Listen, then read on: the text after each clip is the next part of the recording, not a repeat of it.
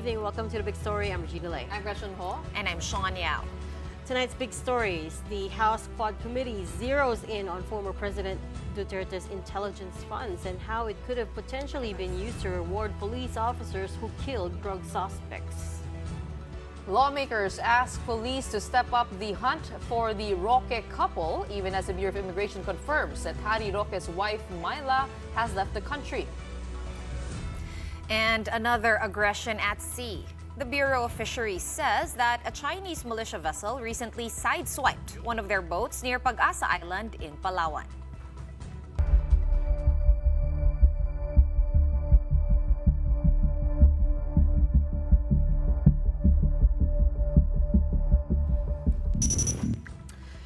Did former President Rodrigo Duterte use his intelligence funds as reward money for the drug killings? That is the question that the House Quad Committee is now zeroing in on.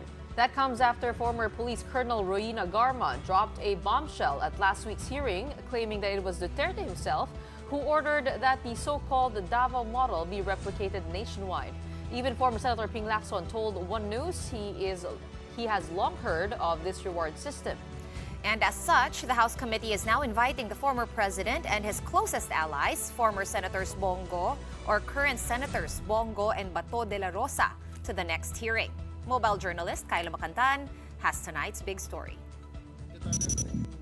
The House Quad Committee isn't done yet. It now wants to look into whether the Duterte drug war was funded by the Office of the President's Intelligence Funds. That's on the back of former Cebu City Police Chief and ex-PCSO Chair Royina Garma's bombshell revelations last week, wherein she claimed Duterte ordered to replicate the so-called Davao model on a national scale back in 2016. Garma also said there was a reward system for PNP officers who can kill those linked to the illegal drug trade. Co-Chair Representative Dan Fernandez suspects the reward money came from the President's secret fund. So kung isang Malacanang ang pondo at operation to ng police, so manggagaling to sa Intel. There are operations being implemented by the administration or former administration o kahit ngayong administration na kapag police operation o kaya military operation, gagamit ka ng Intel fund. So we need to find out saan talaga kinuha yung pera. And we're pretty sure doon yun. Fernandez admits that tracking down these intel funds will be difficult, as was evident in the deliberations for VP Sara Duterte's own budget. Confidential and intelligence funds do not undergo the usual liquidation and auditing process. But Fernandez believes there's a workaround. He says they just need to find out when the bulk of the money was released. And they will be needing the help of the Commission on Audit for this. Especially doon sa panahon na alam mo yung panahon ng may pinatay ng mga Chinese doon sa Davao di ba? Yung tatlo. Baka doon nanggaling, hindi mo yung moment na tinransfer yung pera, paring doon makita. Yun yung mga titingnan natin sa Quadcom. Among past presidents, Duterte had the biggest share in confidential and intelligence funds.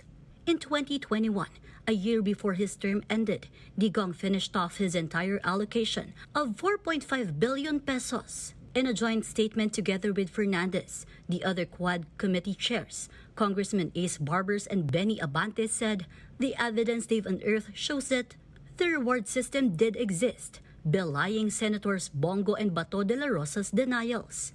In response, Duterte's former chief legal counsel, Attorney Sal Panelo, said one cannot launch a successful war on drugs without an effective legal strategy to neutralize the drug cartel and organized crime, which necessarily will involve funding from the government. The premise is that there was a reward money, no such animal, so the basis for the legislative inquiry does not exist. But in an interview on One News sa Totoo Lang, former Senator Ping Lacson said they've long heard of an incentive scheme.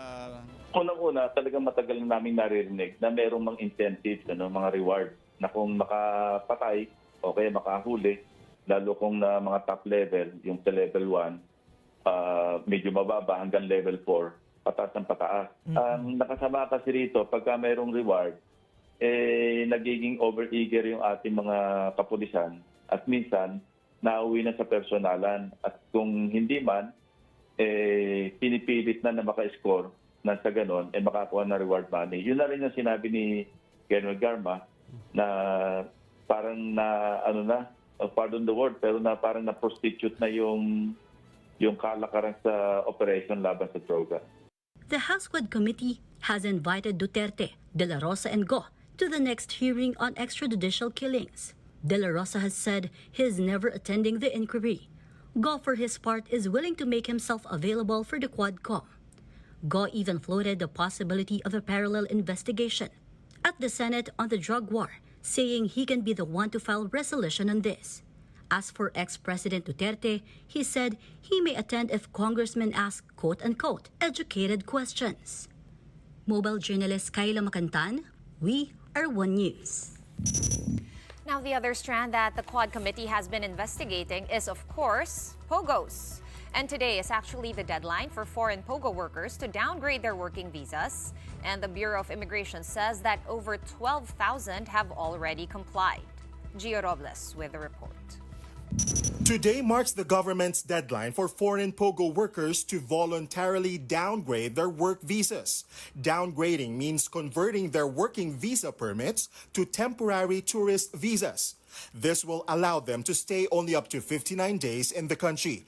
If they do not comply, they may be deported and placed on a blacklist. Yung legal po na aalis ng bansa will not be blacklisted, will still have the opportunity to come back to the Philippines for legal reasons. If they have legal, legitimate reasons to go back to the country, then they may do so because they have legally followed our laws and our policies.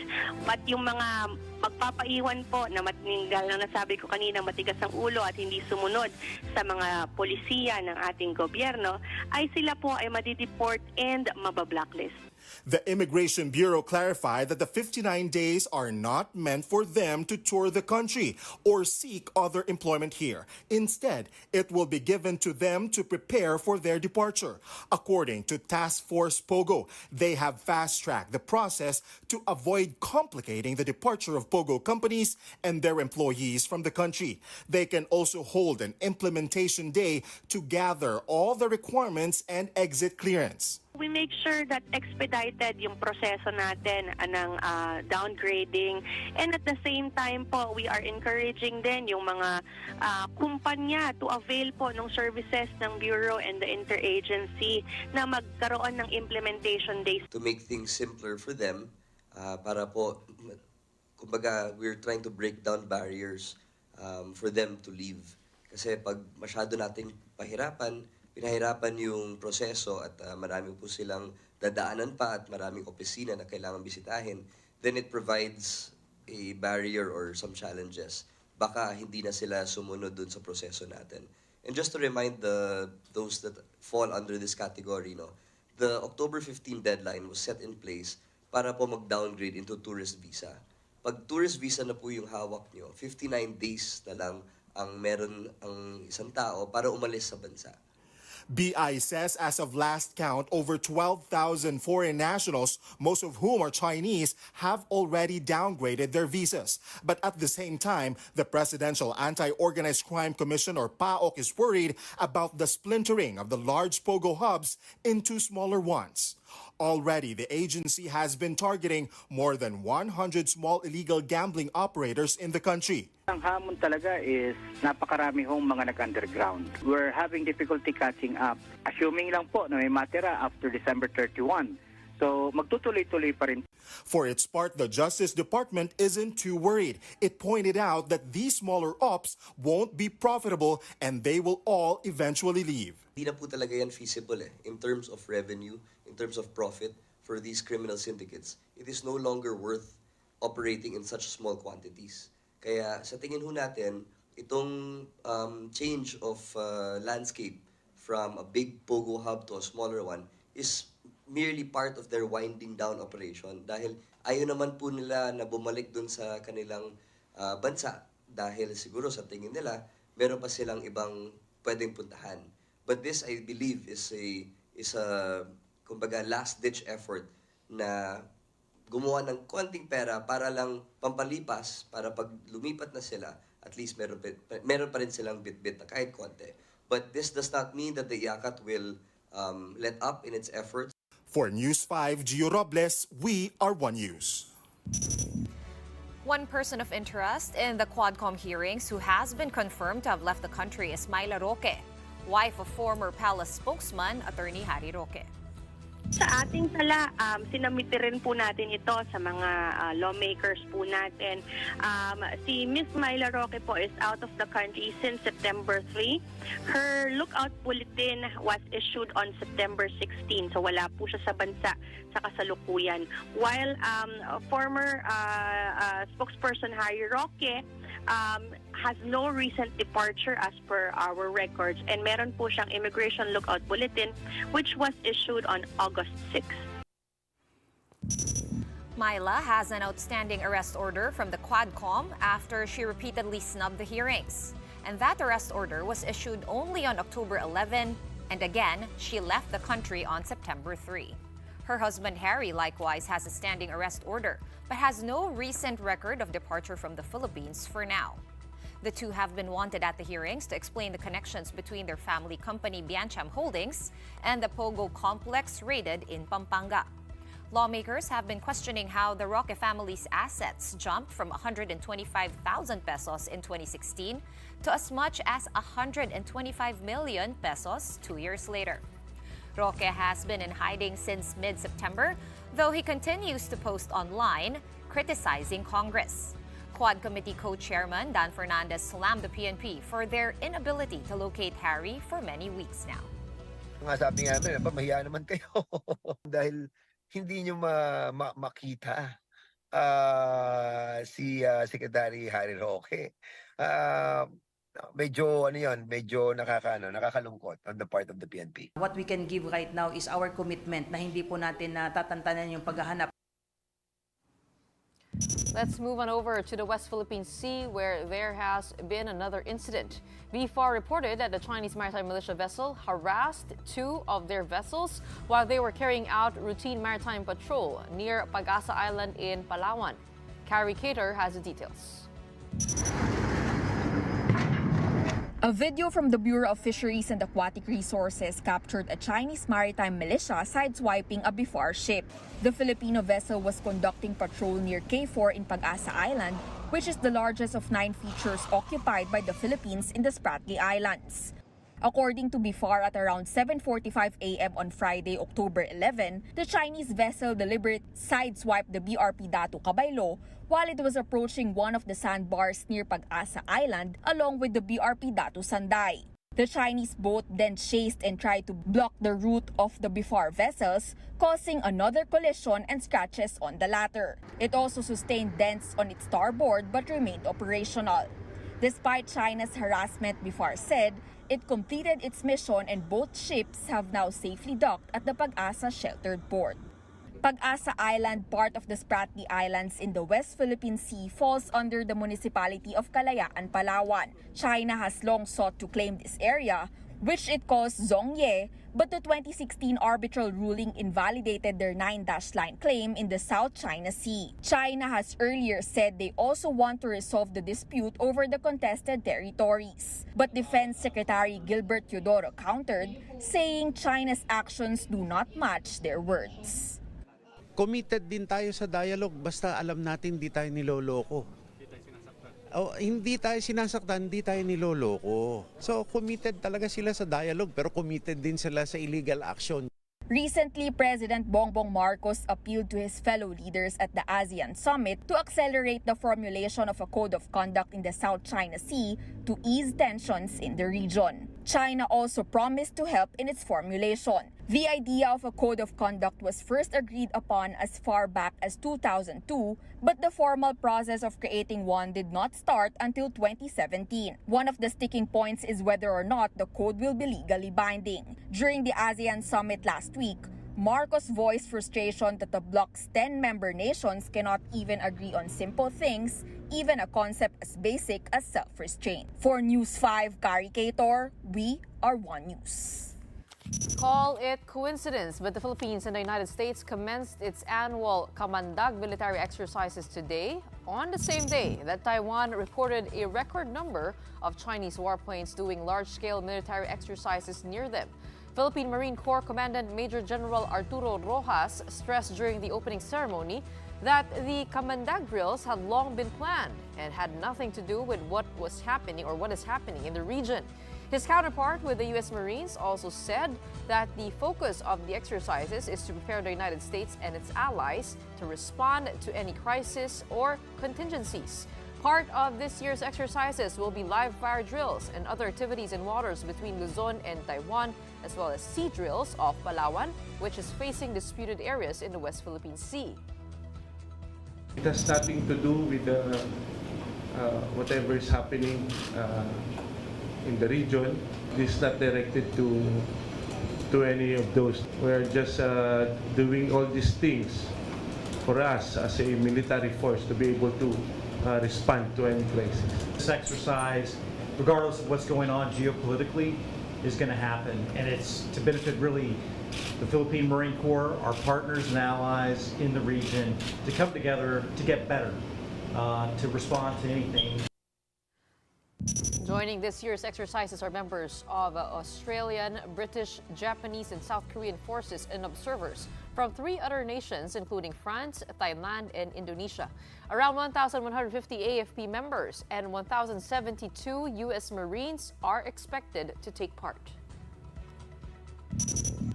Over in the Middle East, where there's actually all-out war, arrangements are being made to repatriate hundreds of Filipino workers in Lebanon.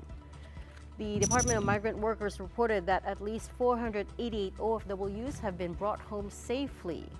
At the start of October, Israeli troops crossed the border to Lebanon and launched a full ground invasion, causing extensive damage. The incursions, meant to stamp out Hezbollah, were marked by heavy artillery and airstrikes, leaving entire villages decimated. The DMW says some 250 more Filipinos are awaiting clearance from Lebanese authorities to leave the country.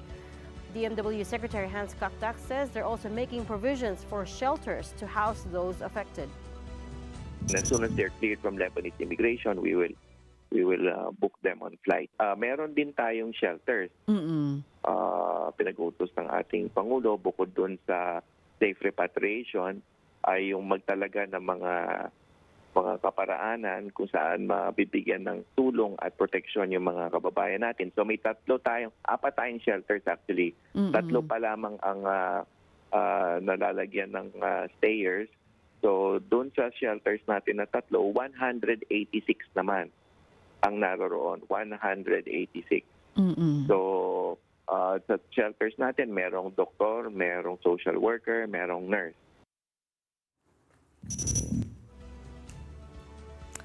We're going to be going on a quick break, but right after that, we will be having a chat with retired global investment banker and columnist Stephen Kunying on the coming election season and its impact on the local economy. Keep it here on One News.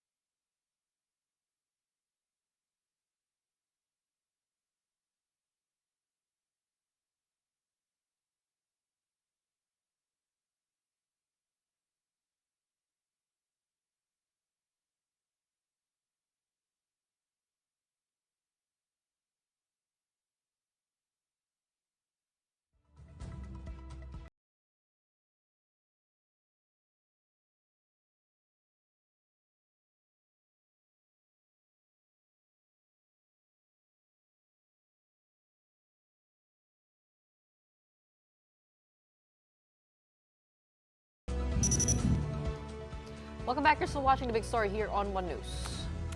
Former Senator Ping Lacson says it was the administration coalition's campaign manager who finally convinced him to run again. In an interview just this evening with Sa Totoo Lang on 1PH, Lacson said Congressman Toby Tiangco was relentless in calling him to join the Alianza para sa Bagong Pilipinas' senatorial ticket. There was a lot of back and forth between the two that happened only the night before President Bongbong Marcos actually announced the slate on September 26. Earlier, Lacson said his 2022 running mate Tito Soto was also instrumental in his decision to seek another term at the upper chamber.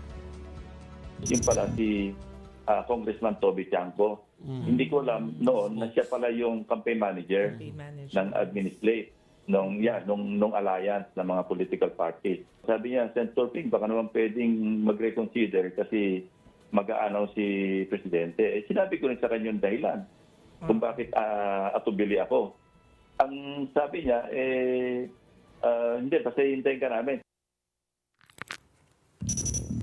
So what to make of next year's roster of candidates so far? For some insights, let me bring in retired global investment banker and columnist Stephen Cunyeng. Stevie, good evening. Thanks for joining us. Oh yeah, I said retired, huh? Because I know you're Sometimes it's more tired than retired, but either way, thank you for inviting me. More tired than retired. Let's start with politics. I'm sure you followed COC filing week. What did you make of the current roster of candidates so far? I don't think there'll be any change in governance. My view is there is relatively a consensus on how to govern. It's the execution, it's not the policy.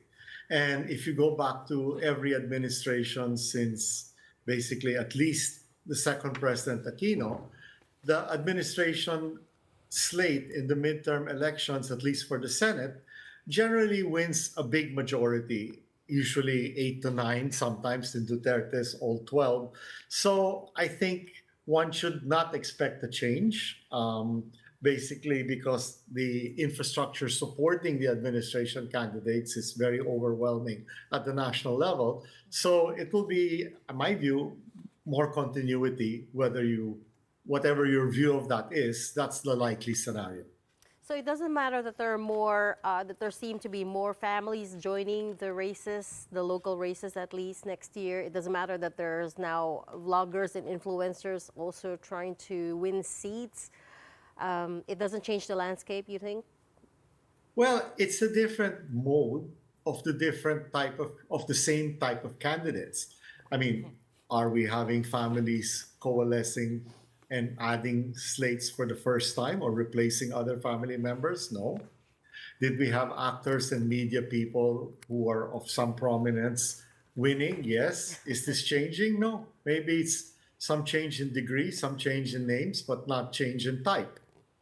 So you can say that's unfortunate, but that is reality that's been going on primarily for the last 20 plus years. Okay, I do agree with what you're saying, and I think pretty much everyone will not argue with you on that. But I want to know if you have noticed anything particularly different going into the midterm elections this time around. Is there anything, good or bad, that is particularly... Well, okay, I don't want to make judgment calls because I'm generally not happy that the quality of our candidates are based on popularity rather than achievement. But that's nothing new, all right? So at least in several polls, and that there are family dynasties that tend to rule regions or at least provinces or cities. Is that lamentable? You can argue yes, I would probably agree with you, but it's not something new. It's a continuation of an existing trend. And does it mean there'll be changes? Probably not. Do we need changes? Yes. I mean, I have always complained about our lack of critical thinking, and basically, like, I've always been railing about our lack of industrial policy and our slavish adherence to the Washington Consensus, even though the Washington Consensus has never really been followed by the people advocating it in the US and Europe. Look at what happened in 2008 when they had their crisis. they did the opposite of what they told Latin America to do in the 80s, and Asia and the Philippines, unfortunately, was in both the Latin American crisis and the Asian crisis. We were swept up both times, and they did the opposite of what they told us to do. So I think it's time for deeper thinking, updated thinking, and more important, nuanced thinking of what we need to do, because we keep adding our population by 2 million a year. We are not creating quality jobs for that. Our solution is to export people. And that is not, in my view, sustainable. And even if it is, it does not lead to transformational progress. Every manufacturing job on average creates 5 new jobs. That is the multiplier effect. An OFW creates no new jobs. He basically very valiantly and with much difficulty supports his family and his extended group back home. But it doesn't create new jobs. I want to know your thoughts on the party list system, because that is also, a prominent theme, a backdoor to Philippine politics, as you may, and how it is being bastardized. But on the other hand, it has also produced congressmen and congresswomen who have been effective in the hearings. For example, from Akbayan, from Kabataan Party List Bayan Muna, we've seen strong candidates from their side, but also, to quote the former Senator Tito Soto, he said na marami na raw kontratista na ito yung ginagawang paraan para makapasok sila. I mean, talk about business interests at play here. What does that do, or how does that change the political landscape, the party list system? Well, to quote Charles Dickens in A Tale of Two Cities, it was the best of times and it was the worst of times. Yes, it's both. I'm happy for the big thinkers who are trying to move certain social, political, and economic issues forward. And I'm sad that the party list system is increasingly become another way for, let's just say, the political elite to continue their hold. So it's both. But the trend seems to be moving towards the not so beneficial trend, which is unfortunate. Okay. And all that demands for change. And when you say that we need to change, I think pretty much everyone will agree with you. Nobody will disagree with you. But where do you see this change coming from? Because traditionally they will say it should be the middle class, right, who will always rally. And when you look at all the EDSAs before, the two or three EDSAs, if you may, it was the middle class who marched there. Are we inclined to do this again, or even that has to change? Well, first, I agree with you completely that it's usually the middle class. If you even look at revolutions around the world, it's usually the intelligentsia in the middle class who feel their opportunities are being unfortunately restrained for reasons that are beyond merit, who do this. Now, one of the reasons I think we have not had a upheaval is because the tension is dissipated by many of them leaving to find employment. And you can't march when you're elsewhere in the world. So and also if they're providing a economic and social safety net at much personal cost to their family members back home, they're sort of less inclined to pick up the cudgels. But getting to the changes, maybe we can talk about that on economics, but my biggest hope first is for critical thinking. Clearly, the policies we've been following since basically the first President Marcos left and the crisis that engulfed the 80s, and for both administrations, the Marcos and the first President Marcos and the first President Aquino, what the policies we followed in the aftermath of both of that have led to growth, but at a discount and at a slower pace than our larger neighbors, Thailand, Indonesia, Malaysia, Vietnam. So we need to have a new direction. And my hope is everything in this country seems to be political. In other countries, like you look at Korea and Taiwan, they even have martial arts fights in the legislature. So you can't tell me they don't feel very passionate about their political differences. The difference for me, in my observation, is that many issues are considered consensus issues. Education, healthcare, food security, more jobs, industrial policy. Those are not controversial decisions which are changed administration to administration. They are basically a consensus that continues, and they have big fights over everything else, but those key parts of the economy and of the social system continue regardless.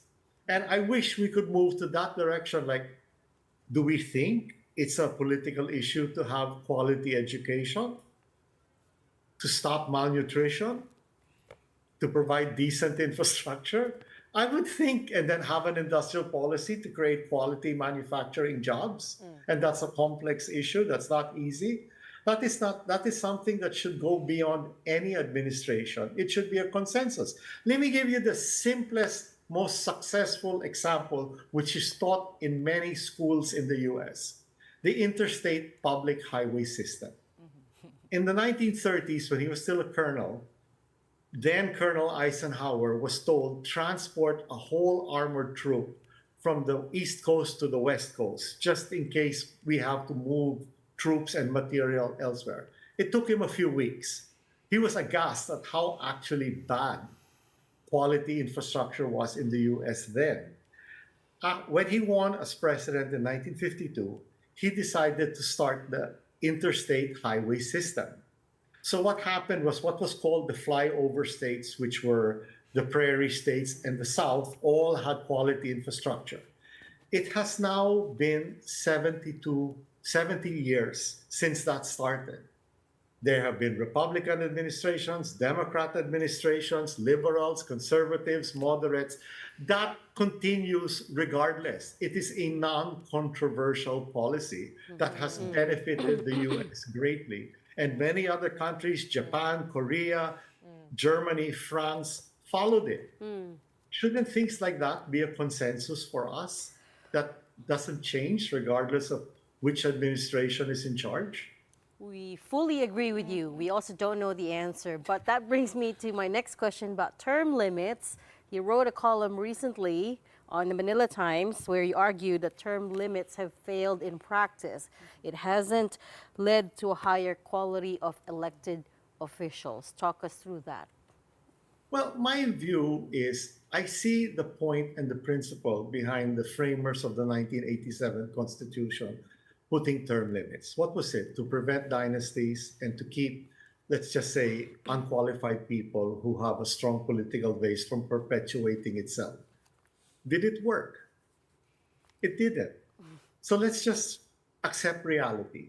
And I would rather if some good legislators win, or elected officials, governors, mayors, whatever, I'd rather have a chance to keep them rather than to term limited out, given how small the odds are already of excellent people continuing to win. So let's help the few who can win. Now, I understand the view on the presidency, which is because of previous history, we're worried about, given how powerful our presidents become in practice, regardless of what was written in the Constitution in 1987, which substantially weakened the powers of the president vis-a-vis the 1973 Constitution and even the 1935. So I can see their point about term limits for the president. But even then, you look at what Latin America did. They moved Peru, Chile, and Argentina and Brazil went from 1 6-year term to 2 4-year terms. And after that, you have to stop.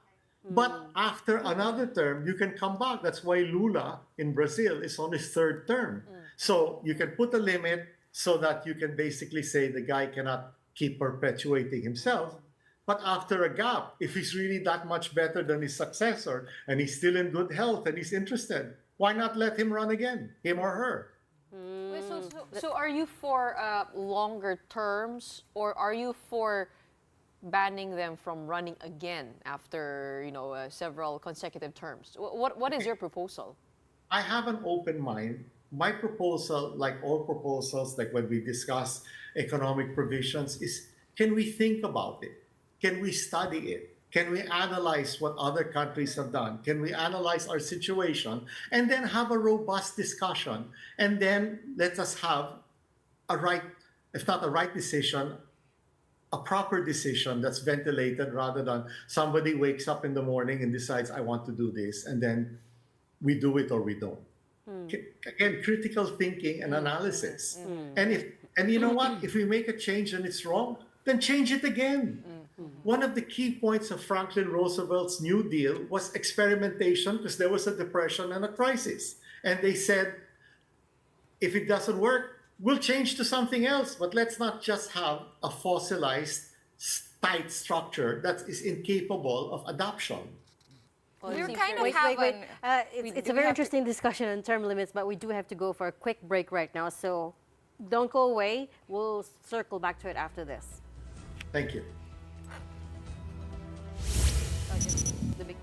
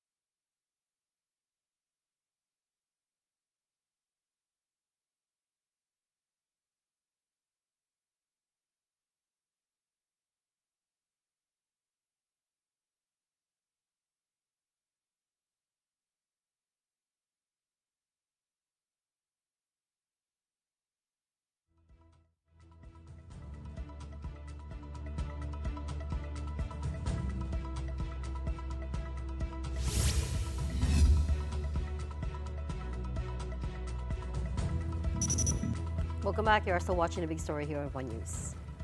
President Bongbong Marcos called on countries in the Asia-Pacific region to ramp up the implementation of disaster risk reduction protocols. In his speech at the 2024 Asia-Pacific Ministerial Conference on Disaster Risk Reduction, which is being held in Manila for the first time, Marcos stressed the need to increase investments, develop financing mechanisms, and ensure inclusivity to reduce disaster risk. Marcos also said that in accepting the role as steward of the Loss and Damage Fund Board, the Philippines remains committed to managing the fund well to help vulnerable countries deal with the impact of climate change. We must significantly increase our investments and develop financing mechanisms in disaster risk reduction. Sustained and predictable data and financing would help address disaster risk better.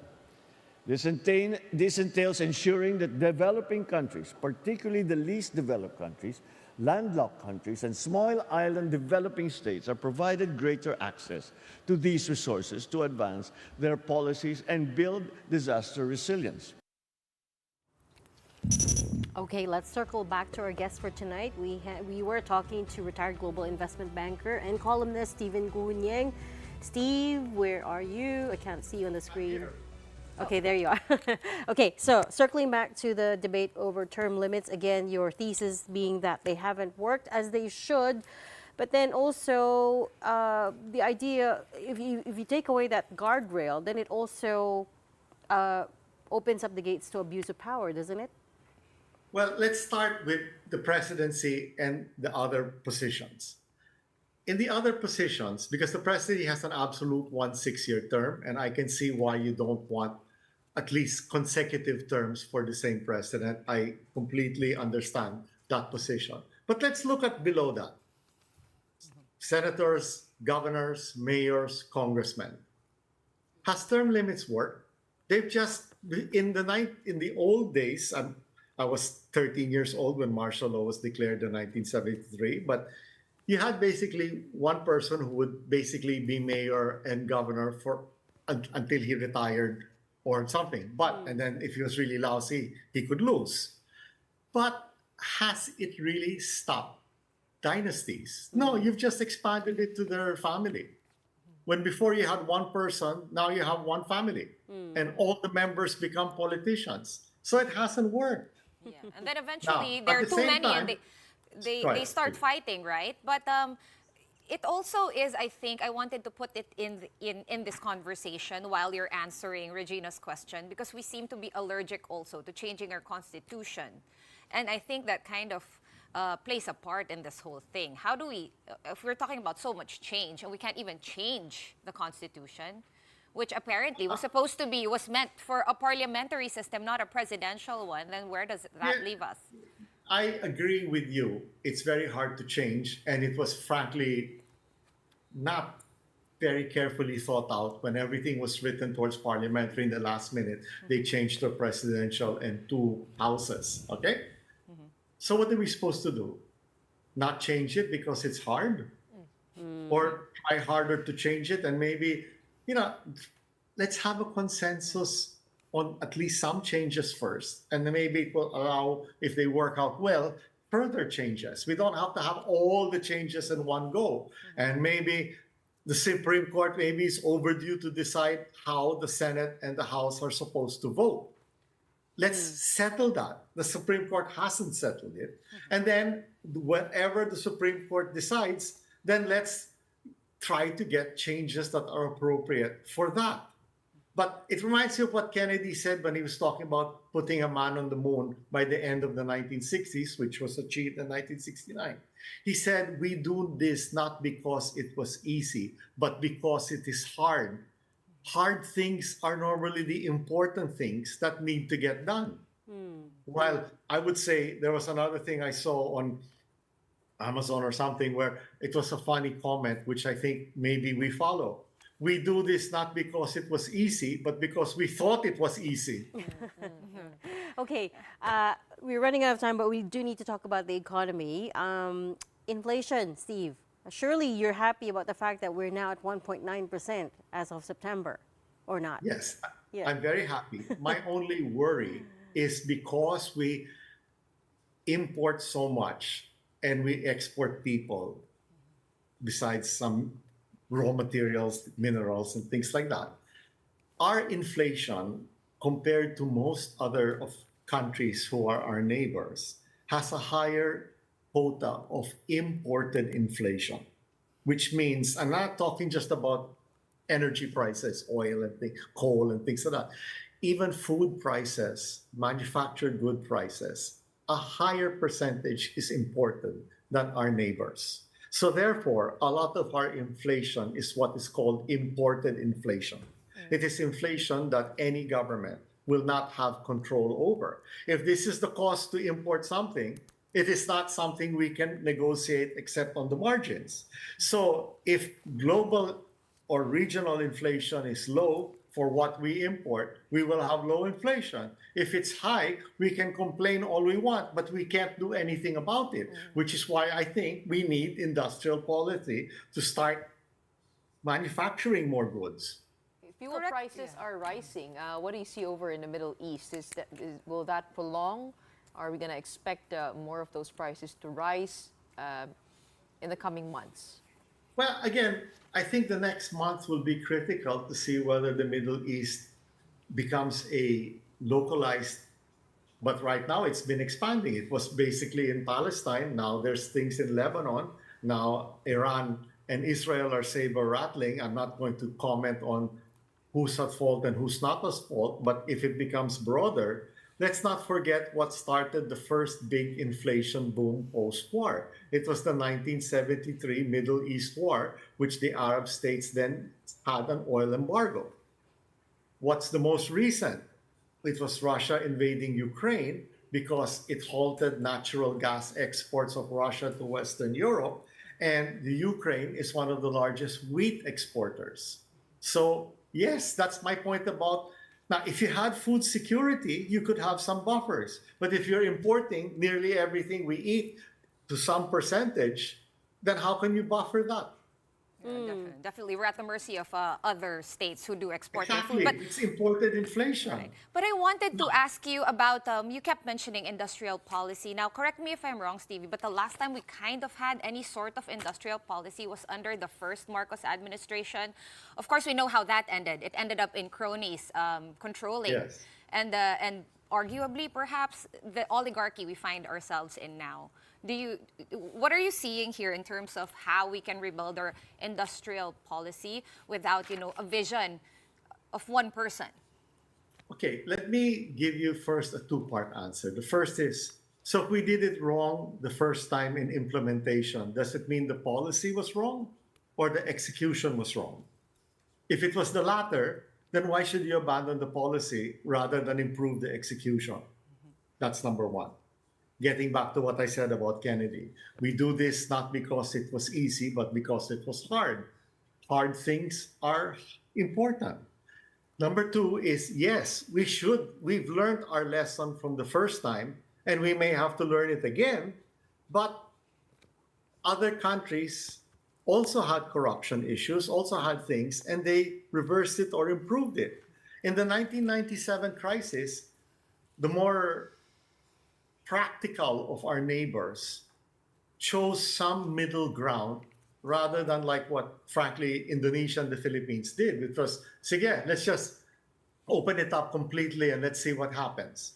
What did people like Thailand and Malaysia do? Cement prices are more expensive in the Philippines and Indonesia because they're almost completely foreign-owned. What did Thailand do? The biggest, they said, we can't protect the other cement companies, but we will protect, and the Crown Property Bureau put a lot of money into Siam Cement. And so they said, we will keep the number one Thai-owned.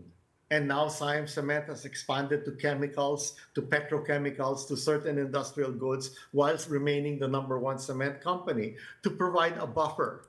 So they act as a check because they have lower costs. They don't have to repatriate capital abroad. They can reinvest more and so on. And it has worked out well. So they opened it up to foreign investment, but they kept a safety valve by making the number one stay Thai. And Malaysia did similar things. So it's not an all or nothing. That's why I said critical thinking and adapting to the particulars of one situation. You don't have to go back to what happened in the 1970s, but you don't have to basically say no more policy, no more manufacturing, just export people. Yeah. There's some nuance.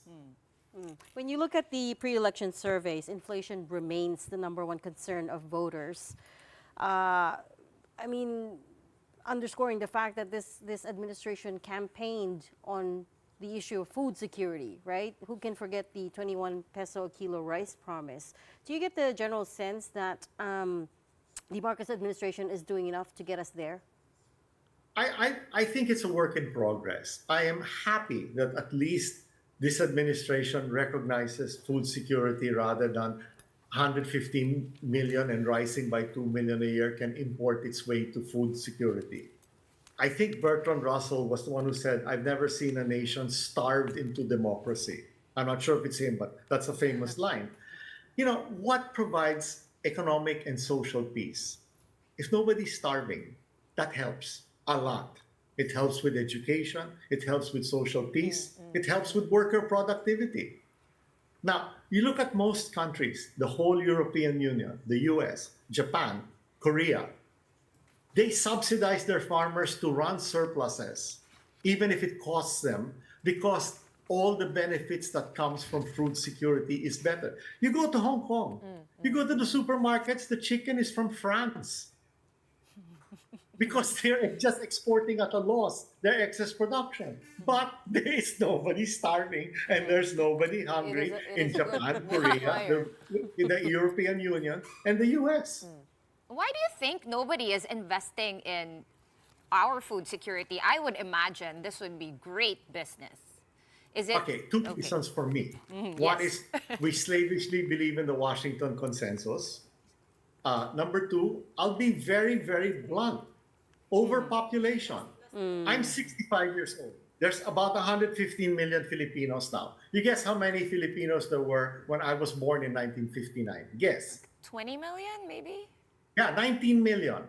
We have grown 600% almost in my lifetime. If China's population grew the same way as us, instead of 1.4 billion people, there would be 3.4 billion Chinese. You think they would have had their economic growth and their prosperity with 3.4 billion mouths to feed? Stephen, speaking of China and the economy, I'm just wondering what has happened now to, or how has the economy reacted to the all-out ban on pogos? What have you noticed with the real estate industry, with office space industry, with how it has affected the growth of our economy? It's a sugar high. Pogos became a sugar high.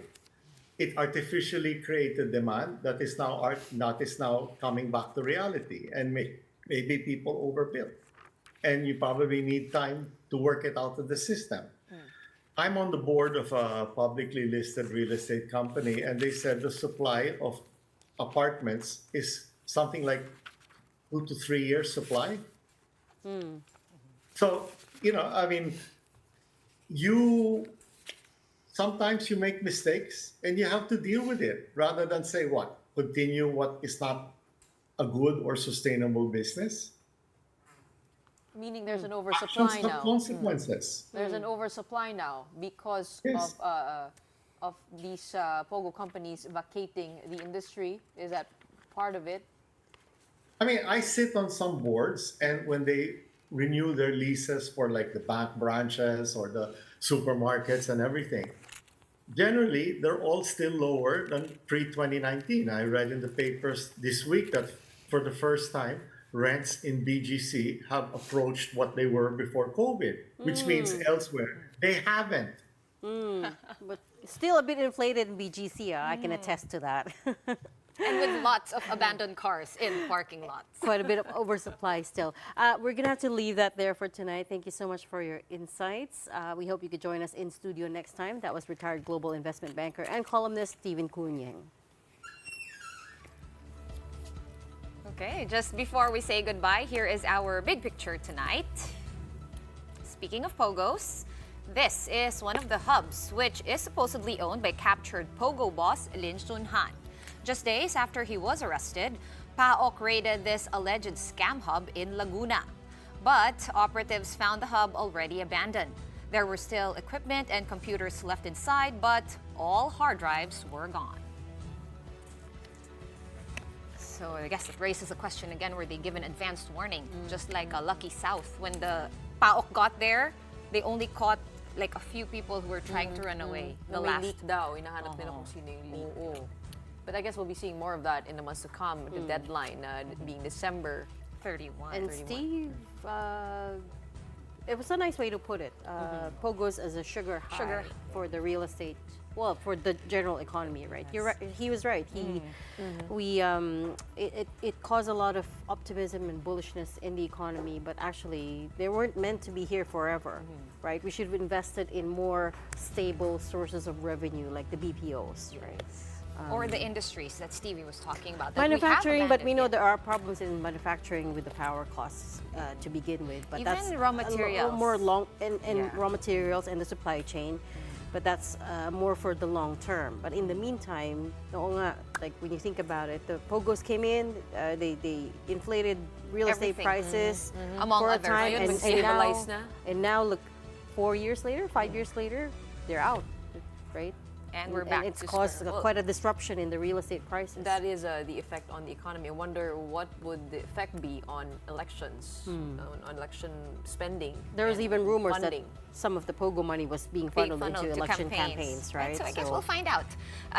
Elections just around the corner. But we have run out of time. That's it for the big story tonight. We are One News, all sides, all the time.